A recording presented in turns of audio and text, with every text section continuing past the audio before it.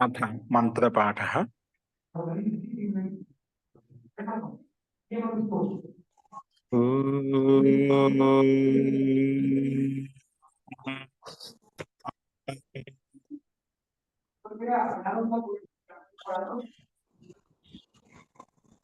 सहनाववतु सहनौ भुनक्तु सह वीर्यं करवावहै तेजस्विनावधीतमस्तु मा विद्विषावहै।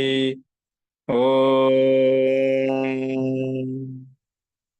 शांति शांति शांति।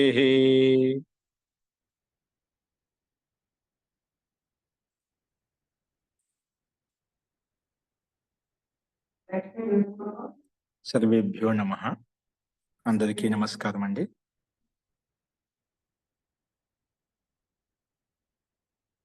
మనము ప్రౌఢ దక్షిణానవాద కోముదిలో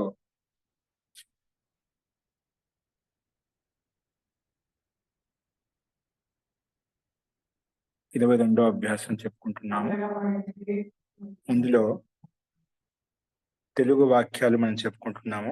రెండులో నిన్న కా బిందు రెండు బిందులు మనం ప్రస్తావించుకున్నాము. వాటికి సమాధానం మీద రాసి ఉంటుంది. మిగిలిన వాక్యాలు ఏవైతే ఉన్నాయో చెప్పుకొని వాటి యొక్క ఆన్సర్ చూద్దామండి. చూడండి, రాసుకోండి. ముందుగా మీకు ఒక సందేహాలు ఉన్నట్టున్నాయి. ఈ వాక్యాలు చెప్పిన తర్వాత ఆ సందేహాలు చూద్దామండి. అస్తు రాసుకోండి. గా బిందు రాసుకోండి. ముందుగా గా బిందు. మూడోది బహువ్రీహి సమాసాన్ని ఉపయోగించి వాక్య నిర్మాణం. మూడో బిందులో గా బిందుకు సంబంధించి వాక్య నిర్మాణం రాసుకోండి. మహోదయ సర్వే మ్యూట్ కరోతు. రాజులకు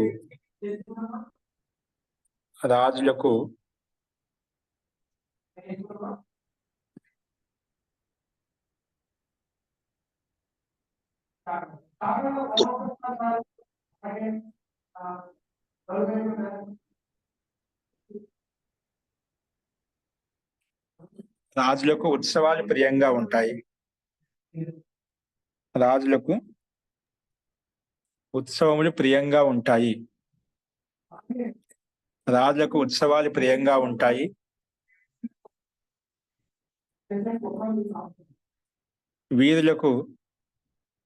వీరులకు యుద్ధాలు ప్రియంగా ఉంటాయి.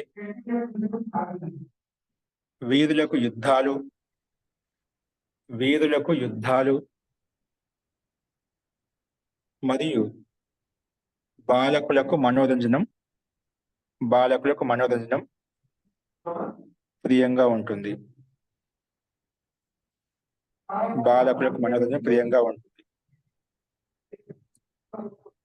రాజులకు ఉత్సవములు, వీరులకు యుద్ధాలు మరియు బాలకులకు మనోరంజనములు ఉత్సవంగా ఉంటాయి. మనోరంజనములు ప్రియంగా ఉంటాయి. మనోరంజనములు ప్రియంగా ఉంటాయి.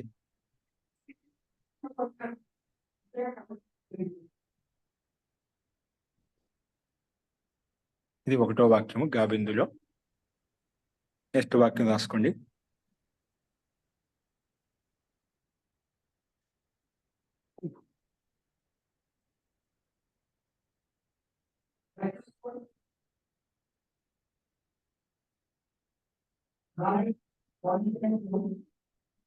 సూర్యుడు ఒక్కసారి మాత్రమే.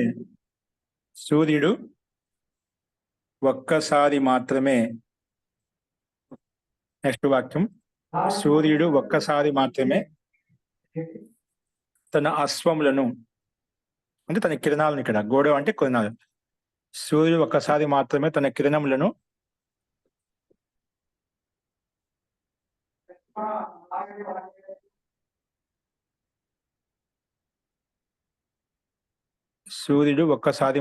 తన కిరణములను విస్తరింపచేస్తాడు.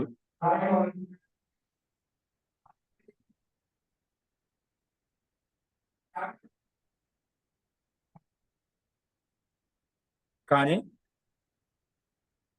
శేషనాగు మాత్రం ఎవరో మ్యూట్ చేసుకోవాలి సార్ ఒక్కసారి.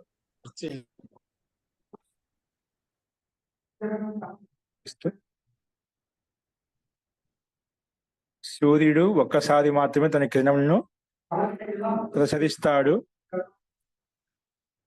జ్యోతా హై, గోడొంకో జ్యోతా హై. జ్యోతా హై అంటే మనం వినియోగిస్తాము, రాసుకోవచ్చు. సూర్యుడు ఒక్కసారి మాత్రమే తన కిరణములను ప్రసరిస్తాడు. శేషనాగు మాత్రం ఎల్లప్పుడూ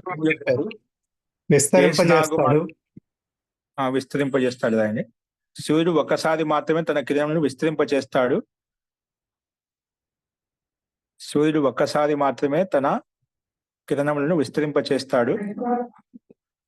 కానీ శేషనాగు మాత్రం ఎల్లప్పుడూ భూమి యొక్క భారాన్ని మోస్తుంది.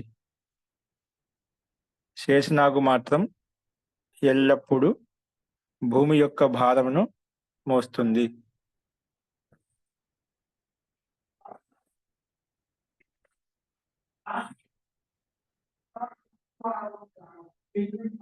శేషనాగు మాత్రం ఎల్లప్పుడూ భూమి యొక్క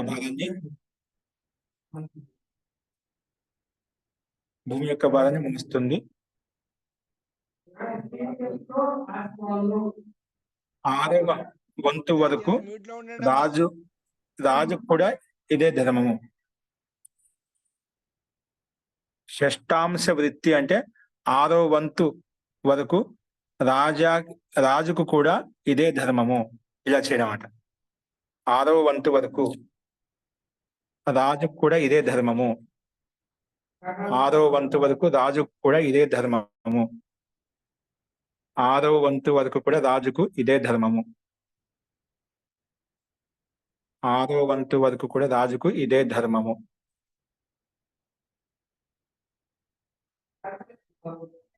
ఆరవ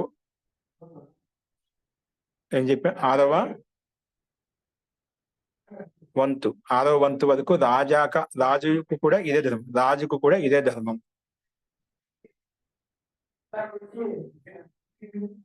ఇది మనం ఇదంతా ఒకే వాక్యం.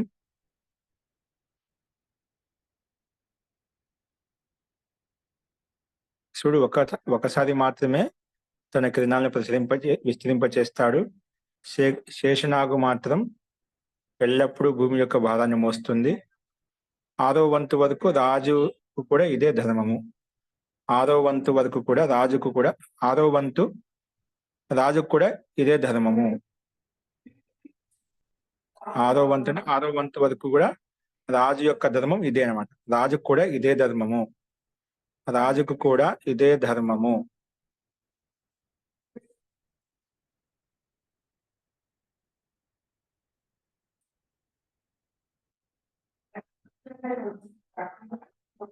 శకుంతల నెక్స్ట్ వాక్యం.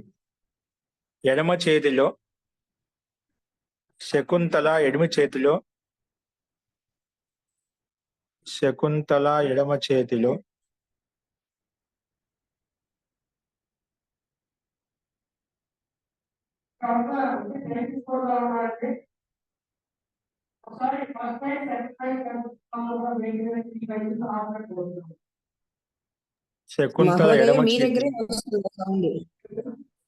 ఇది పుహు రఖే హుయే బైఠీ హై.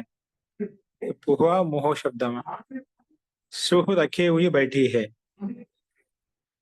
వామ హస్తే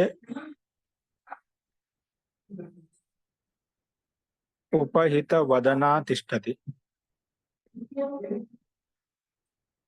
శకుంతల ఎడమ చేతిలో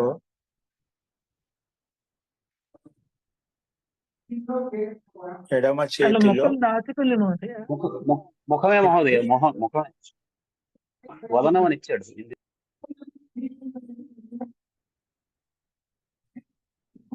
ముఖం అంటే ఏం చెప్పుకున్నాం, ఇక్కడ ఏం తీసుకోవాలి అది నేను చూస్తున్నాను. అది సుహా శబ్దమా ముహా శబ్దం, ఒక కింద కొంచెం కట్ అయింది.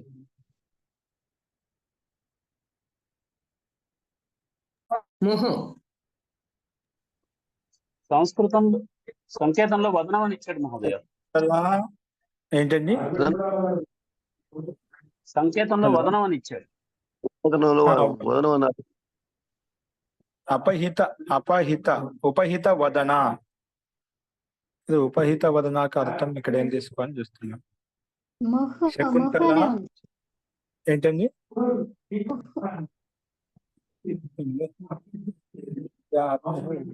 ముఖమనే ఉందండి. ముఖం. ఏంటండి? ముఖమా? ముఖం అంటే ముఖమే కదా.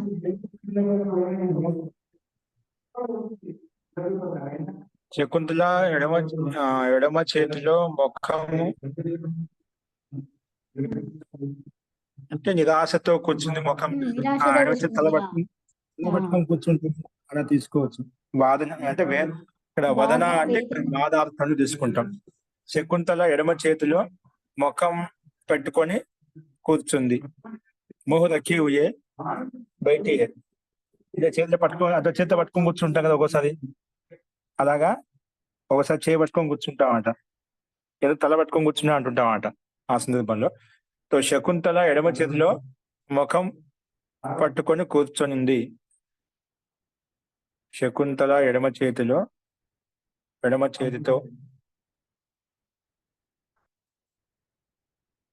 ఎడమ చేతి యందు శకుంతల ఎడమ చేతి యందు ముఖం ఉంచుకొని కూర్చుంది. అలా పెట్టండి. శకుంతల ఎడమ చేతి యందు ముఖము ఉంచుకొని కూర్చుంది. శకుంతల ఎడమ చేతి యందు ముఖము ఉంచుకొని కూర్చుంది. ఎడమ చేతి ముఖం అలా అడ్డు వాల్చుకొని కూర్చుంటాం కదా, అలాగా. శకుంతల ఎడమ చేతి యందు ముఖము ఉంచుకొని కూర్చుంది. ముఖం ఉంచుకొని కూర్చుంది అంటే ఇట్లా చేయి పట్టుకొని కూర్చుంది అనమాట కదా. ఆ చేయి పట్టుకొని కూర్చుంది. అట్లా ముఖం చేయి మీద అట్లా అడ్డుగా మీద పెట్టుకోమని చేయి పెట్టింది. ముఖం మీద చేయి పెట్టుకుని కూర్చుంది. అస్తు. దీంట్లో కంటిన్యూషన్. अच्छे प्रकार से धनुष पर चढ़ाए हुए बाण को उतार लीजिए. మంచిగా నాలుగో వాక్యం అది. కీడిక వాక్యం అయిపోయింది. నెక్స్ట్ వాక్యం రాసుకోండి.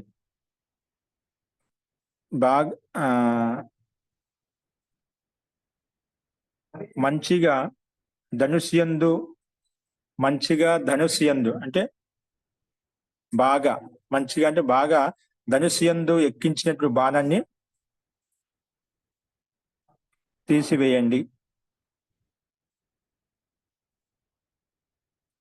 మంచిగా ధనుష్యందు ఎక్కించినటువంటి బాణాన్ని తీసివేయండి. ఇది వాక్యం అర్థం అవ్వలేదు మహోదయ. అంటే మనం ధనుష్యందు బాణం ఎక్కించాడు, ఆ ఎక్కించిన మళ్ళీ తీసేయమంటున్నాను అంతే.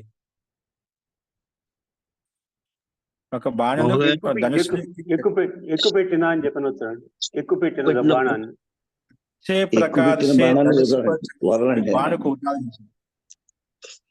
ధనుష్ పర్ చడాయే హుయే బాణుకు అంటే ధనుసు మీద ఎక్కించడం అంట. మనం గట్టిగా లాగి పట్టుకున్నాడు కానీ మళ్ళీ వదిలేసే అంటున్నాడు.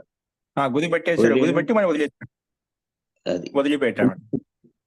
అంటే ఎక్కువ పెట్టిన బాణాన్ని ఎక్కించిన బాణాన్ని వదిలివేయండి అని ఉతారు ఈజీ అని చెప్తున్నాడు. అంటే వదిలివేయండి. మంచిగా ధనుసు బాగా ఎక్కించినప్పుడు వదిలివేయండి, పర్వాలేదు అన్నట్టుగా మనం అది పూర్వాంశం తీసుకుంటే అది ఏ సందర్భం తెలిసిపోతున్నాం అంటే ఏం లేదు. మంచిగా ధనుసు ఎక్కించినటువంటి బాణాన్ని వదిలివేయండి. మంచిగా ధనుసు ఎక్కించినటువంటి బాణాన్ని వదిలివేయండి. నెక్స్ట్ వాక్యం. దీంట్లో సందేహాన్ని తర్వాత చూద్దామండి. అది గురించి రాసి పెట్టుకోండి. దీంట్లో మార్పు చేయాలంటే తర్వాత చెప్పండి. ఈ రకంగా మనం గా బిందులో కూడా మనం చూసాం వాక్యాలు, 4 వాక్యాలు చూసాము. అంతిమ వాక్యం మంచిగా ధనుసు యందు ఎక్కించినటువంటి బాణంను వదిలివేయండి. ఇది 4వ వాక్యం. ఇప్పుడు 5వ వాక్యం రాసుకోండి. ఆయుధ వర్గ సంబంధించి వాక్య నిర్మాణం. ఆయుధ వర్గ సంబంధి వాక్య నిర్మాణం.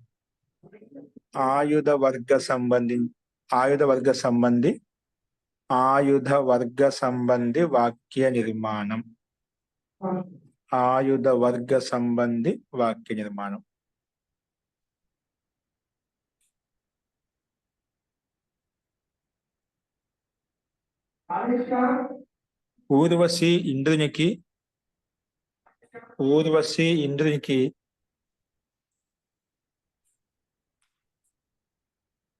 కోమలమైనటువంటి ఆయుధము. ఊర్వశి ఇంద్రునికి కోమలమైనటువంటి ఆయుధం లేదా సుకుమారమైన ఆయుధం. ఊర్వశి ఇంద్రునికి సుకుమారమైన ఆయుధం. ఊర్వశి ఇంద్రునికి సుకుమారమైన ఆయుధం అంటే ఊర్వశిని అడ్డుకు పెట్టుకొని ఆయుధంగా ఉపయోగించుకుంటా ఉంటాం. అంటే మునీశ్వరుడు ఊర్వశి తపస్సు ఇంద్రునికి నాశనం చేసేవాడు. ఊర్వశి ఇంద్రునికి సుకుమారమైన ఆయుధం.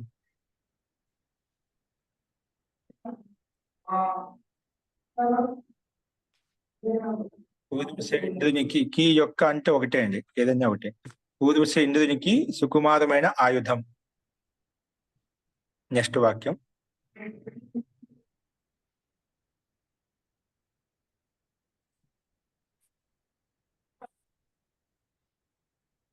నీకంటే నువ్వు తప్ప ఇంకా ఎవరు కూడా నా శస్త్రాన్ని సహించలేదు. నువ్వు తప్ప ఇంకా ఎవరు కూడా నా శస్త్రాన్ని సహించలేదు. నువ్వు తప్ప ఇంకా ఎవరు కూడా నా శస్త్రాన్ని సహించలేదు. నువ్వు తప్ప ఇంకా ఎవరు కూడా నా శస్త్రాన్ని సహించలేదు. నేను ఇచ్చిన ఆ శస్త్రాన్ని సహించలేమంట, ఆయుధాన్ని సహించలేదన్నమాట. నువ్వు మాత్రం సహించావని అర్థం. తట్టుకోలేరండి. ఎదుర్కోలేరు అని చెప్తున్నారు. ఎదుర్కోలేదు. సహాయ అంటే సహించడం అంట, దాన్ని ఓర్చుకోవడం అంట. ఓర్చుకోలేదు. నువ్వు తప్ప ఇంకా ఎవరు కూడా నా శస్త్రాన్ని ఓర్చుకోలేకపోయారు, సహించలేకపోయారు.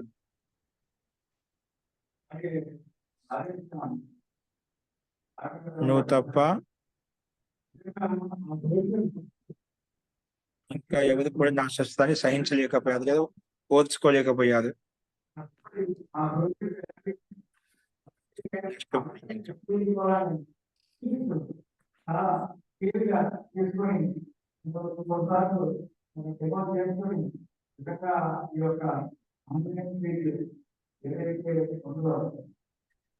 గురుగారు ఎవరిదో క్రాస్ టాకింగ్ వినిపిస్తుందండి. ఎవరికైనా ఇన్స్ట్రక్ట్ చేయరా మ్యూట్ చేసుకోమని. ఇప్పుడు వస్తుందా?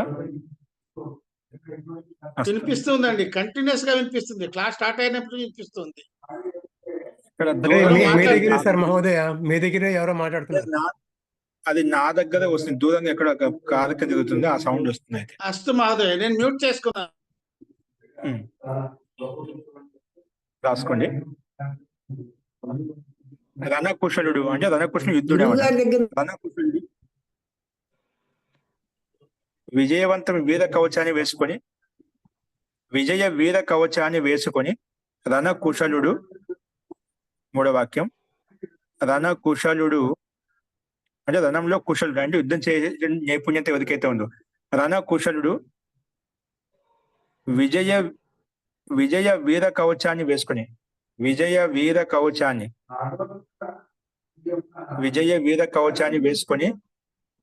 చేతుల్లో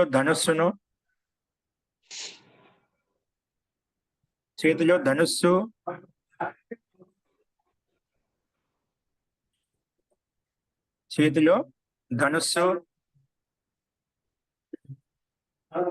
ఖడ్గం, చేతిలో ధనుస్సు. తల్వార్ అంటే మనం ఏం చెప్పుకున్నామంటే తల్వార్.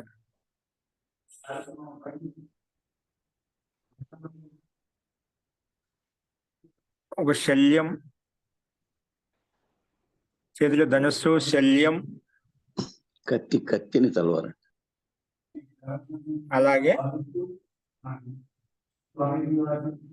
బాల తోమరం, शरव्यम।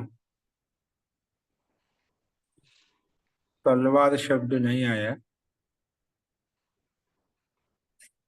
खड्गम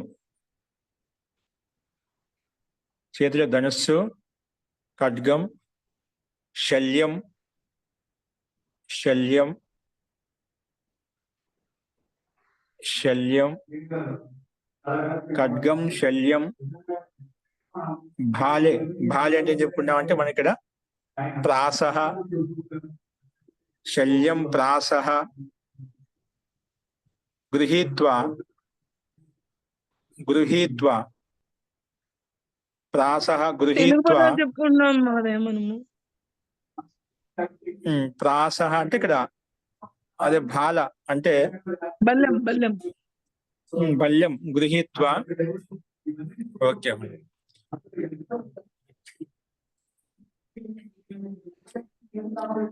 శల్యాన్ని కత్తి, బల్యము తీసుకొని శత్రువులను ఓడిస్తున్నాము. శత్రువులను ఓడిస్తున్నాడు. తీసుకొని శత్రువులను ఓడిస్తున్నాడు. రణకుశలుడు విజయ వీర కవచమును వేసుకొని చేతిలో ధనుస్సును, ఖడ్గమును, కత్తిని, బాలను తీసుకొని శత్రువులను ఓడిస్తున్నాడు. శత్రువులను ఓడిస్తున్నాడు. శత్రువులను ఓడిస్తున్నాడు.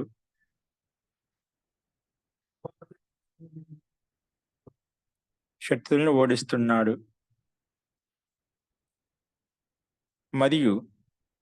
మరియు తన విజయ వైజయంతిని ఎగరవేస్తున్నాడు. మరియు తన విజయ వైజయంతిని ఎగరవేస్తున్నాడు.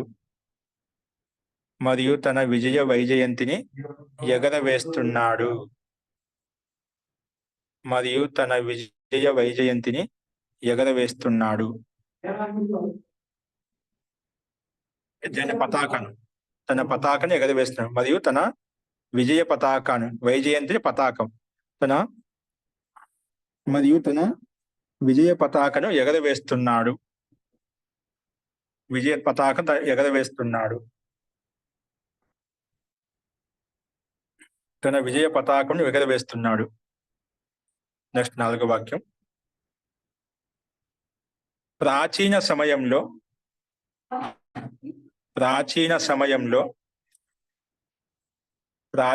నెక్స్ట్ వాక్యం. ప్రాచీన సమయంలో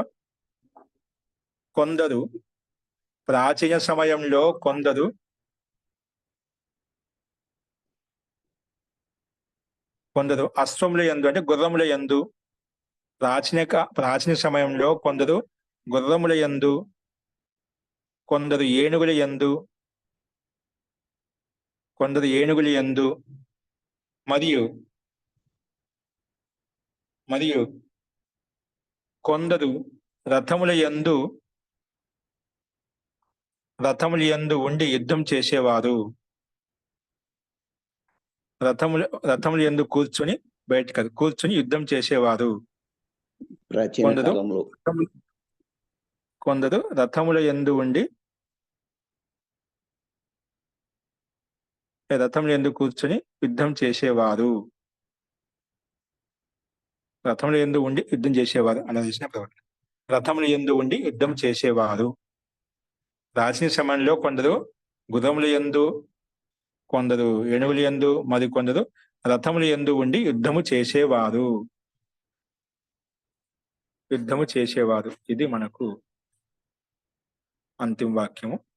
ఈ రకంగా 22వ అభ్యాసంలో ఉన్నటువంటి మనం కృతధాతును ఉపయోగించి, కర్తృ శబ్దాన్ని ఉపయోగించి, అలాగే బహుళీ సమాసానికి సంబంధించి, ఆయుధ వర్గానికి సంబంధించినటువంటి భిన్న భిన్న తెలుగు వాక్యాలు చెప్పుకున్నాము. వాటి యొక్క సమాధానం మీకు రాసే ఉంటుంది కొన్ని. వాటి యొక్క సమాధానం అంటే చూద్దాము. అంతకంటే ముందు మీకు ఎవరికన్నా ఇంకా ఈ అభ్యాసంలో కానీ నియమాల్లో కానీ ఇంకా ఏదైనా సందేహం ఉంటే చెప్పండి, చూద్దాం వాటికి సమాధానం ఏంటనేది ప్రయత్నం చేసి. సందేహాలు ఉన్నాయా? రాసుకోలేదండి నేను, అవి వాక్య రిపీట్ చేయొద్దు. జీ మహోదయ, ఇందులోని మీరు రాజులకు ఉత్సవాలు ఇవి చెప్పారు చూడండి, మొదటి వాక్యము. అందులో బాలాహ నిచ్చిన చోట పిల్లలు అని రాయొచ్చా అండి? రాసుకోవచ్చు. మొదటి పిల్లలకి కదా మన పిల్లలుగా ఉండేది. బాలకంకు మనోరంజన్ అంటే బాలకులు అంటే పిల్లలు. పిల్లలకు మనోరంజన ప్రియంగా ఉంటుంది, రాసుకోవచ్చు. మహోదయ చెప్పండి. మరి ఇంకోటి ఉంది, ఐదోది ఉంది మరి పుస్తకంలో. ఐదోది ఉంది. క్షమిత అందరూ మాట్లాడు. ఒకరు చెప్పండి. చెప్పండి. సూర్యుడు ఐదోది కిరణాలు ఐదో వాక్యం ఉంది. ఓకే, మీకు వాక్యాలు మీరు రాసుకుంటే అది నేను చెప్తాను, తర్వాత చెప్తాను. అయితే ముందు ఆ సమాధానం రాసుకోండి. ఓకేనా? ఈ వాక్యాలకు మనం అంటే మీకు ఏమైనా సందేహం ఉన్నట్టుంటే అందుకే అన్నికి వచ్చాను. ఫస్ట్ మీకు మహోదయ. వాక్యాలు ఎవరికి రాయమని నేను చెప్తాను, తర్వాత చెప్తాను. అయితే ఇప్పుడు మహోదయ, ముందు ఒక- సమాధానం రాసుకోండి. ఎందుకు రిపీట్ ఒక చేస్తాను మీకు, సందేహం. ఎందుకు ప్రతి చెప్పండి. ఏదైనా శంక ఉంటే చెప్పండి, ప్రశ్న ఉంటే చెప్పండి. చతుర్ముఖ అనే సమాసానికి అనే సమస్త పదంలో విగ్రహవాక్యం చెప్పినప్పుడు చత్వారః ముఖాః అన్న అది ఒకసారి ఇందాక ముఖ పుల్లింగం చెప్పాను. డౌట్ వచ్చింది. ముఖం అనేది నపుంసకలింగమే కదా, ముఖానియే కదా. అప్పుడు చత్వారి పుల్లింగం ముఖానియే ఉపయోగించవచ్చు. అప్పుడు అడిగాను, అప్పుడు కూడా ఎవరు అడిగారు. చత్వార ముఖాః అని కూడా మనం ప్రస్తుతం ఇక్కడ ఈ అభ్యాసం చెప్పాం మనం. కానీ ముఖ అనేది ఎక్కడ దొరకలేదు. నపుంసకలింగంలోనే ఉంది ముఖం అనేది. పుల్లింగంలో ఎక్కడ కనిపించదు. చత్వారి ముఖాని యస్య సహ చతుర్ముఖాః అంటే సమస్త పదంలో ముఖాః సమస్త పదంలో వచ్చింది కదా. విగ్రహవాక్యంలో మనం కూడా అర్థం చెప్తున్నామా? చత్వారి ముఖాని యస్య సహ చతుర్ముఖాః. అక్కడ ఉపదంతో ఎస్య సహా అన్నం కనుక అక్కడ ముఖ అని అలాగ వచ్చింది. కానీ మామూలుగా ఈ విగ్రహ వాక్యంలో పదం అయితే గనక చత్వారి ముఖాని అని సేమ్ అది చత్వారి ఆననాని యస్య సహా, అలాగే అక్కడ కూడా చతురాననః అని వచ్చింది కదా. అక్కడ చత్వారి ఆననాని ఉన్నాం. అలాగే అదే మోడల్లో ఇది కూడా చత్వారి ముఖాని యస్య సహా చతుర్ముఖః. అంటే కొన్ని ఏదో ఇక్కడ వార్తీక విశేషం, అది అక్కడ వార్తీక విశేషం ఉండొచ్చు అని. అంటే పుల్లింగంలో కూడా ప్రయోగం ఇవ్వబడింది, ప్రయోగం అలా కనిపిస్తుంది కాబట్టి ఉండొచ్చు. బహుశా సహజంగా మనం ఎక్కువగా మీరు చెప్పినట్టుగా ముఖం శబ్దం సహజంగా అదే మాట్లాడతాం, నపుంసకలింగం ఉపయోగిస్తుంటాం. కానీ అక్కడ పుల్లింగంలో ఇవ్వబడింది అక్కడ సూత్రం ప్రకారంగా. ఆ సూత్రం చూడాలి అన్న. ఇక్కడ సంఖ్యావాద శబ్దం ఉన్నప్పుడు ఇలాంటి వార్తీకం చేత ఆ ప్రయోగం అన్య ఆచార్య యొక్క మతానుసారంగా మనం ఉండొచ్చు. అది నాకు కూడా అంత ఇప్పుడు లేదు. మా సహజంగా స్థూలంగా అయితే ముఖం శబ్దాన్ని నపుంసకంగా వాడుతూ ఉంటాం. ఓకే, ప్రస్తావన వచ్చింది కాబట్టి ఒకసారి చూద్దాం. నేను కూడా చూస్తాను, చూసేదంటే చెప్తాను మళ్ళీ. ఓకేనా? అక్కడ ఈ ప్రశ్న అక్కడ వచ్చింది, నాకే డౌట్ వచ్చింది. అప్పుడు ఇది అలా పుల్లింగలుడు అండి, మామూలుగా అయితే ముఖం శబ్దం నపుంసకంగా రాసుకుంటాము, సమస్తం అయితే వస్తుంది పుల్లింగలనే. కానీ ఇక్కడ పుల్లింగం ఇవ్వబడిందని కూడా చెప్పాను. ఓకే, అయినా మళ్ళీ చూద్దాం ఒకసారి. ఓకేనా?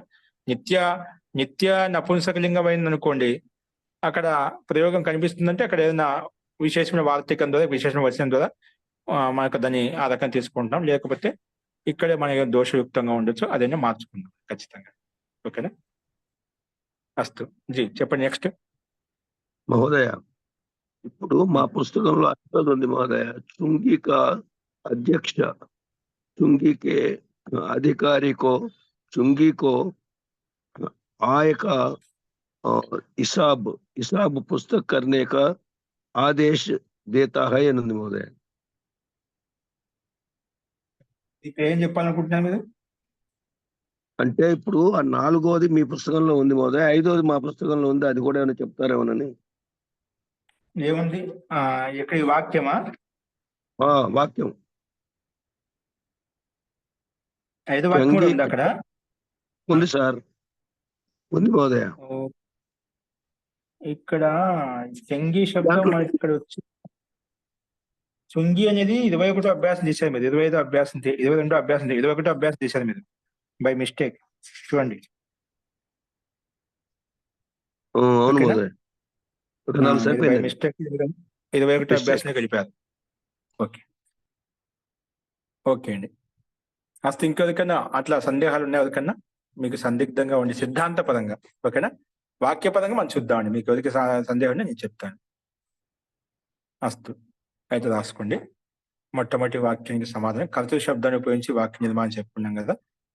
అస్తు, దిలీపుడు వశిష్ఠ మహర్షితోట వంశచాలకుడు వంశ నడిపించేటువంటి పుత్రుణ్ణి సుదక్షిణలో అడిగాడు అని చెప్పుకున్నాము. దానికి రాసుకునే రాజా దిలీప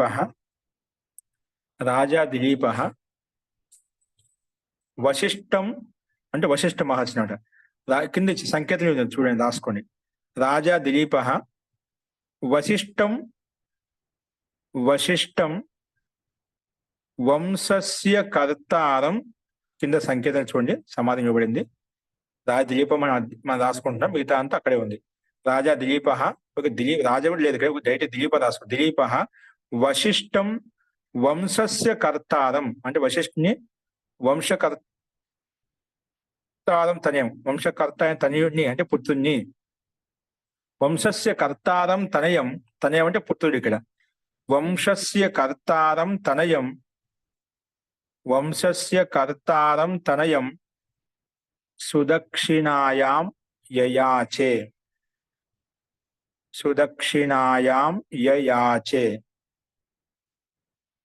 వశిష్ఠం వంశస్య కర్తారం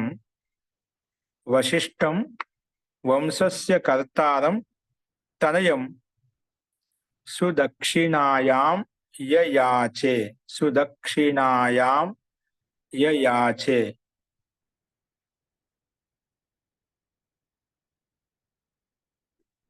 యయాచే.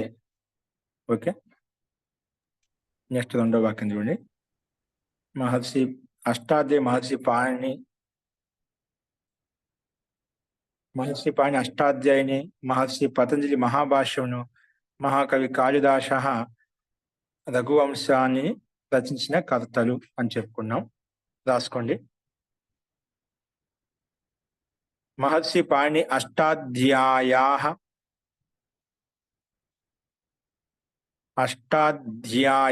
నద్యాః అంటే కదా, అష్టాధ్యాయాః గౌర్యాః పార్వత్యాః అష్టాధ్యాయాః. మహర్షి పాణినిః అష్టాధ్యాయాః మహర్షి పతంజలిః మహాభాష్యస్య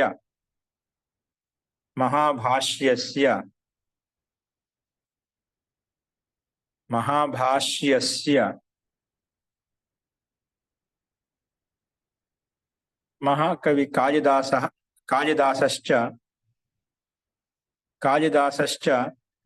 రఘువంశస్య కర్త అస్తి.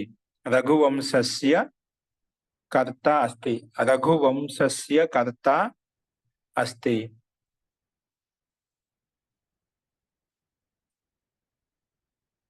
రఘువంశస్య కర్త అస్తి. కర్తారః కర్లిదమ. రఘువంశస్య అంటే ఏకైకంగా తీసుకున్నాం అంటే రఘువంశస్య కర్త అస్తి. ఏదానికి వాళ్ళు సపరేట్ కదా. అస్తు.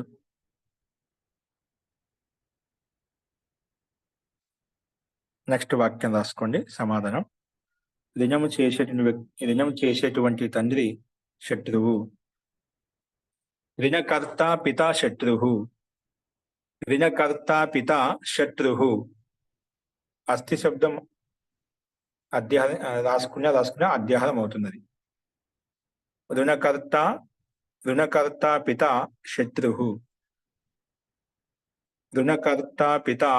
శత్రువు. అస్తి లేదా వర్తతే, అది కూడా యాడ్ చేసుకుని పర్వాలేదు. శత్రువు అస్తి, శత్రువు వర్తతే. రుణకర్త పితా శత్రువు అస్తి. రుణకర్త పితా శత్రువు అస్తి. నెక్స్ట్ వాక్యం. వక్త శ్రోతారం శాస్తి. వక్త శ్రోతలకు ధర్మాన్ని నేర్పిస్తున్నాడు అని చెప్పాం కదా. వక్త శ్రోతారం ధర్మం శాస్తి. ధర్మ శబ్దం యాడ్ చేసుకుంటాం లేదు, కింద సంకేతం ఇచ్చారు. శ్రోతారం శాస్తి, శ్రోతలను శాసిస్తున్నాడు, నేర్పుతున్నాడు. కిం నేర్పుతున్నాడు? కిం శిక్షయతి, ధర్మం శిక్షయతి. వక్త శ్రోతారం ధర్మం శాస్తి. వక్తా శ్రోతారం ధర్మం శాస్తి.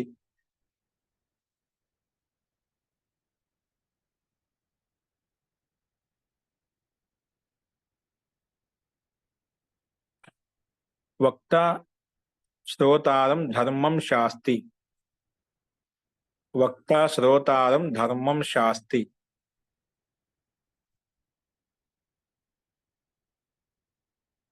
నెక్స్ట్ వాక్యం, ఐదో వాక్యానికి సమాధానం. జగత్ యొక్క కర్త ధర్త భర్త హర్త చ ఈశ్వర అస్తి. అస్తు. జగతః కర్త అంటే జగత్కి కర్త. జగతః లేదా లోకస్య కర్త కామ ధర్త కామ భర్త భర్త హర్తా చ ఈశ్వరః అస్తి. హర్తా చ ఈశ్వరః అస్తి. ఈశ్వరః అస్తి. జగతః కర్త ధర్త భర్త. జగతః కర్త ధర్త భర్త హర్తా చ ఈశ్వరః అస్తి. ఈశ్వరః అస్తి. హరించేవాడు అన్నాడు. హర్త అంటే హరించేవాడని అర్థం వస్తుంది. ఈశ్వరః అస్తి. నెక్స్ట్ ఆరో వాక్యం. విశ్వనియంతయందు శ్రద్ధ చూపు, శ్రద్ధ ఉంచు అని చెప్పాం. విశ్వనియంతాయాం శ్రద్ధాం కురు. నెక్స్ట్ వాక్యస్య సమాధానం. విశ్వనియంతాయాం శ్రద్ధాం కురు. విశ్వనియంతాయాం శ్రద్ధాం కురు. విశ్వనియంతాయాం శ్రద్ధాం కురు.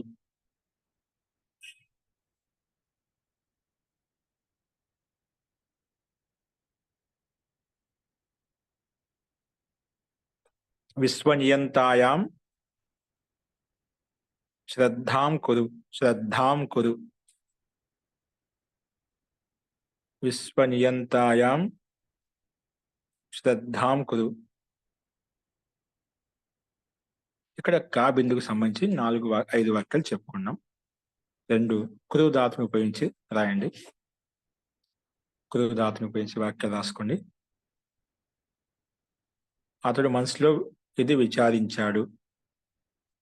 దీనికి సమాధానం దానికి సమాధానం రాసుకోండి. ఖా బిందులో 1వ వాక్యానికి సమాధానం. సహ మనసి ఏవం అకరోత్. కింద సంకేతం ఇచ్చారు చూడండి. సహ మనసి ఏవం అకరోత్. ఏమని ఈ రకంగా అకరోత్ చేశాడంటే విచారించాడు, ఆలోచించాడు అనే అర్థంలో కూడా ఇక్కడ అకరోత్ శబ్దం ఉపయోగించారు చూడండి. కురు ధాతుని ఉపయోగించబడింది. ఇక్కడ భావార్థం తీసుకుంటాం అనమాట. సహ మనసి ఏవం అకరోత్. సహ మనసి ఏవం అకరోత్.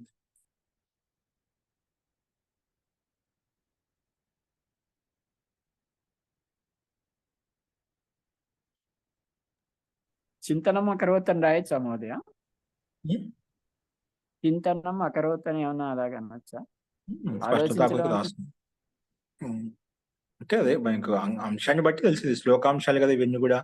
పూర్వవాక్యంతో మనకు అర్థం అవుతున్నప్పుడు ఇక్కడ మనకు వాక్యంలో స్పష్టత కావాలంటే రాసేసుకో, తప్పలేదు. సహ మనసి ఏవం చింతనం అకరోత్. బ్రాకెట్లో పెట్టుకుని పర్వాలేదు. ఏవం చింతనం అకరోత్. నెక్స్ట్ వాక్యం, 2వ వాక్యం సమానం కింద ఇచ్చారు చూడండి. ఇది భిన్నంగా ఇచ్చారు. నీవు నీ అలసటను దూరం చేసుకో అని చెప్పుకున్నావు. ఇక చూడండి, అంటే భావార్థం తీసుకుని పరిశ్రమ వినోదం కరోత్వార్య. పరిశ్రమ వినోదం అంటే పరిశ్రమ అంటే చేసి అలసిపోయి దాని యొక్క వినోదాన్ని అంటే దాన్ని అంటే విశ్రాంతి తీసుకో. పరిశ్రమ వినోదం అంటే విశ్రాంతి. ఇక్కడ పరిశ్రమ విశ్రాంతి కరోత్వార్య. ఆర్య పరిశ్రమ యొక్క వినోదాన్ని అంటే విశ్రాంతిని తీసుకో అని అర్థం. పరిశ్రమ వినోదం కరోత్వార్య. కరోతు ప్లస్ ఆర్య సంధి చేస్తే కరోత్వార్య అలా ఉంది అక్కడ. కరోత్వార్య. పరిశ్రమ వినోదం కరోత్వార్య. కానీ పరిశ్రమ అది సంబోధన అయితే ఆర్య అనాలి కదా, ఆర్య ఎందుకు? కరోత్వార్య మామూలుగా పూర్వపదాన్ని బట్టి ఇక్కడ వాక్యం డైరెక్ట్ గా ఇవ్వబడింది కాబట్టి చెప్పబడింది. ఇక్కడ ఎందుకంటే కీజీయ అంటున్నామాట. ఆప్ అనే శబ్దాన్ని ఆర్య శబ్దంతో సంబోధించబడింది. మీరు ఆర్య శబ్దంతో తీసుకోబడింది. అప్పుడు ప్రథమా భక్తి ఏకవ్యక్తి దీంట్లో పరిశ్రమ వినోదం కరోతు అనే భవాన్ అని చెప్పుకుంటాం. అలా కాకుండా దీన్ని ఆర్య శబ్దం కరోతు అన్నారు కనుక భవాన్ ఉందని అనుకోవాలి. అప్పుడు అయినా సరే మనకి ఆర్య అనేది అంటే ఇక చేసుకో అని అన్నాడు కదా, దూరం చేసుకో అని అన్నారు కనుక సంబోధనలాగా ఉంది అది ఆర్య పరిశ్రమ. కరోతు నోట్ల కాలం మనకు ఆజ్ఞ పిలిచే అర్థంలో ఉంది, మనకు స్పష్టంగానే ఉంది. అక్కడ ఆటోమేటిక్ గా మనం కర్తను అధ్యయనం చేసుకుంటాం. కరోత్వార్య అయినప్పటికీ కూడా అట్లా ప్రయోగం వాక్య శైలి అలా ఉంటుందన్నమాట. అలంకారిక భాషా వర్ణంలో అలా ప్రయోగిస్తున్నారు కరోత్వార్య అని చెప్పి.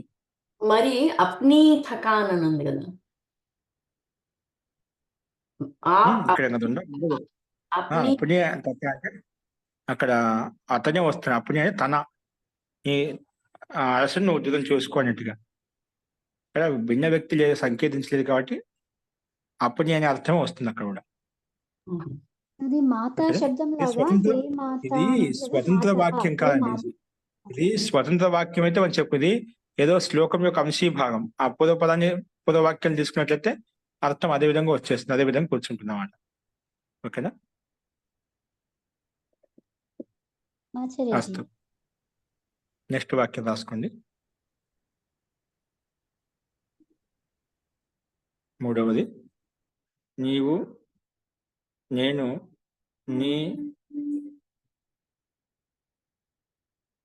నీకు ఇంకా ఎక్కువ ఏమి ఉపకారం చేయగలను అనే దానికి కిందనే ఇచ్చే వాక్యం. కిం తే భూయః ప్రియం ఉపకరోమి. కింద సంఖ్యలు చూడండి. కిం తే నీకు భూయః ఎక్కువ, ప్రియం ఉపకరోమి ఎక్కువ ఏం చేయగలను, ప్రియం ఉపకరోమి. కిం తే భూయః ప్రియం ఉపకరోమి. కిం తే భూయః ఉపకరోమి. కరోమి వచ్చినది అహం అధ్యాసం ఆటోమేటిక్ వచ్చేస్తుంది. అహం కిం తే భూయః ప్రియం ఉపకరోమి, ప్రియం ఉపకరోమి. ప్రియంగా ఏదైనా ఉపకారం చేయగలనా నీకు. కరోమికి కర్త అధ్యాసం అహం దాంట్లో అది ఇంక్లూడ్ అనమాట, ఖచ్చితంగా వచ్చేస్తుంది. ఉన్నట్టుగానే ఇచ్చేది కానీ అక్కడ ఉంది అంతే. కరోమి అంటే అక్కడ కర్త కూడా ఖచ్చితంగా ఉంటుంది. కిం తే భూయః ప్రియం ఉపకరోమి, ఇది వాక్యం. నెక్స్ట్ వాక్యం రాసుకోండి.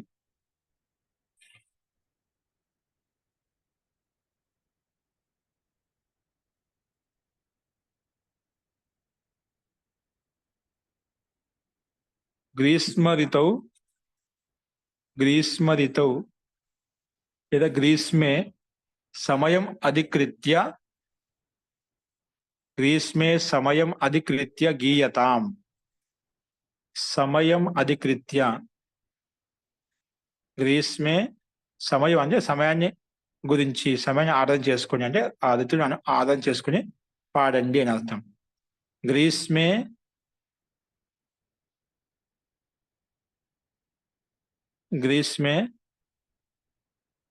సమయం అధికృత్య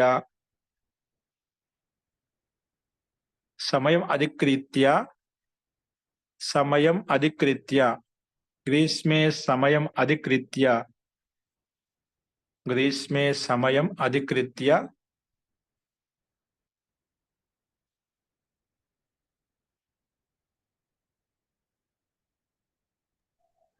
గ్రీష్మ సమయం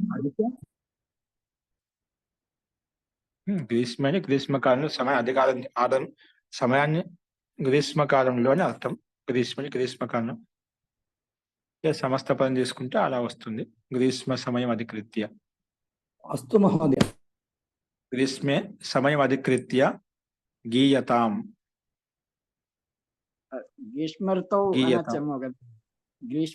గ్రీష్మర్తౌ వాక్యం అలా చెప్పుకున్నాం. గ్రీష్మరితో సమయం అధికృత్య గీయతాం. గ్రీష్మరితో సమయం అధికృత్య గీయతాం. ఇలా రాసుకోవాలి. విదేశీయుల యొక్క వేషాన్ని అనుకరించవద్దు.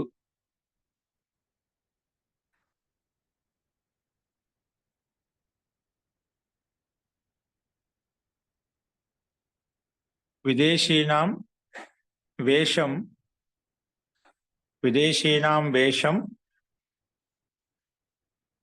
లేదా వేషస్య వా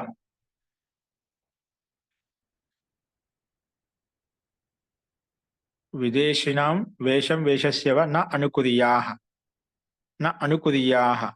నా అధ్యయనం చేసుకోండి.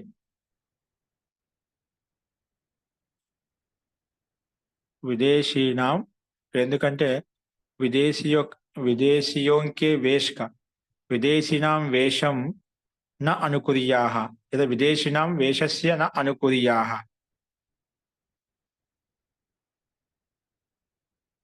విదేశీనాం వేషస్య న అనుకుర్యాః, అనుకరించవద్దు.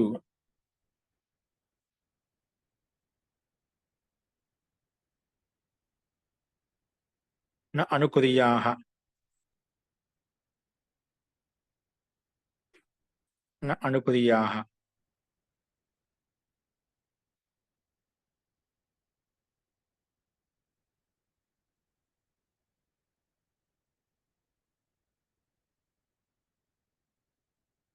నెక్స్ట్ రాసుకోండి.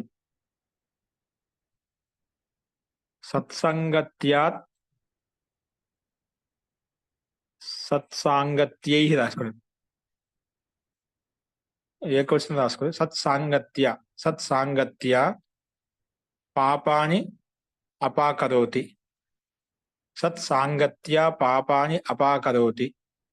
సత్సాంగత్యం చేత, సత్సాంగత్య పాపాని అంటే పాపములను, అపాకరోతి దూరం చేస్తున్నాడు. సత్సాంగత్య పాపాని అపాకుర్వంతి. సత్సాంగత్య ద్వితీయ రాదు మహోదయ. ద్వితీయ సత్సాంగత్యం ద్వితీయ వస్తుందా మహోదయ? నేను ఏకవచన ప్రథమ వస్తుంది. ఇక్కడ తృతీయాంతం అనమాట. ప్రథమాన్ని కూడా కాదు, తృతీయాంతం. సత్సాంగత్యం చేత, సత్సాంగత్యం ద్వారా పాపాలను దూరం చేస్తున్నాడు. ప్రథమాంతం తృతీయ విభక్తిలో. సత్సాంగత్య పాపాని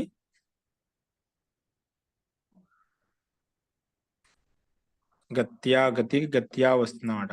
సత్సాంగత్య పాపాని అపాకుర్వంతి. అపాకరోతి ఏకవచనం ఆయన అపాకరోతి.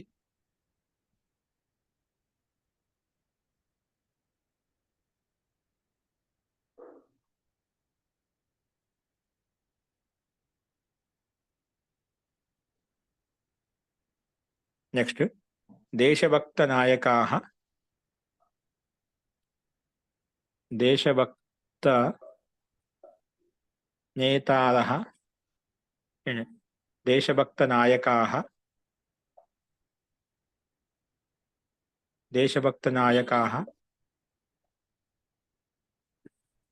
లోకానం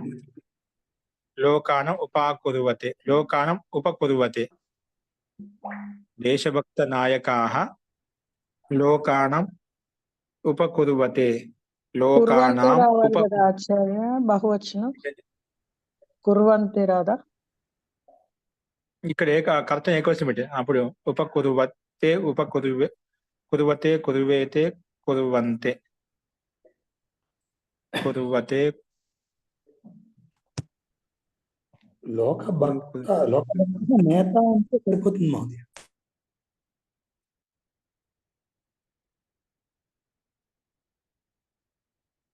కురువంతే పెట్టుకోండి, భావసం పెట్టుకోండి. కర్త అలా రాసుకున్నాం కదా. ఒకవేళ దేశభక్తుడైన నేత లోకానం ఉపకుర్వతే కురువేతే కురువంతే. బహువచనం రాసుకున్నాం. నాయకాః అని చెప్పాం, నేతలు అని చెప్పుకున్నాం. ఉపకుర్వంతే అలా వస్తుంది. కురువతే కురువేతే కురువంతే అంతే పెట్టుకోండి. ఓకేనా? ఏకవచనం ఉపకుర్వతే అక్కడ మనం ఏ విధంగా కురువతే కురువేతే కురువంతే కురువంతే. తే అంటే ఆ తేకే ముందు నకారం పెట్టుకోండి. ఆత్మీయ పదం అండి, ఆత్మీయ పదం. ఉపకురువంతే, కురువతే, కురువాతే, కురువంతే. అస్తు.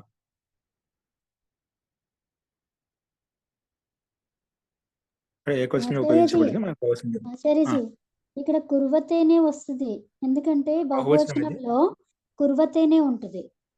ఇక్కడ ఆత్మనే పదం కదా ఇది. కురుతే, ఆత్మనే కురువాతే, పదం కురువతే నకారం రాదు. అలా వస్తుంది. కురుతే, కుర్వతే. కురువాతే, కురువతే అలా వస్తుందా? అవును, కురుతే, కురువాతే, కురువతే. కరెక్ట్. ఓకే అండి, అయితే అస్తు, ఉత్తమం. సో అది బహువచనం యొక్క రూపం ఆల్రెడీ ఇచ్చారు మనకు. అస్తు. కురుతే, కురువాతే, కురువతే. ఓకే అండి, అలాగే రాసుకోండి, నకారం అవసరం లేదు. తత్ నేతారः एव ఉంది, అదే ఉంది, ఉపకురువతే. అస్తు మహోదయ. కురుతే, కురువాతే, కురువతే. ఏ క్వశ్చన్ తప్పు చెప్పి అందుకే అంత తప్పు వచ్చేసింది. అస్తు.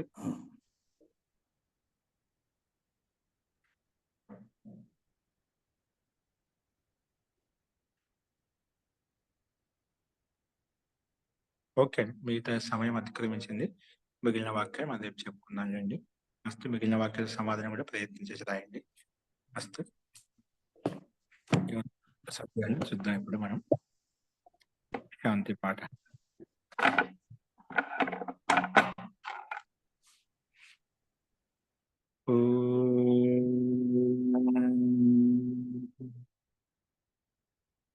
సర్వే భవంతు సుఖినః, సర్వే సంతు నిరామయాః, సర్వే భద్రాణి పశ్యంతు, మా కశ్చిత్ దుఃఖభాగ్ భవేత్. ఓం శాంతి శాంతి శాంతి. సర్వేభ్యో నమః. అందరికీ నమస్తే మహోదయ. ధన్యవాదాలు మహోదయ. నమస్తే మహోదయ. నమః.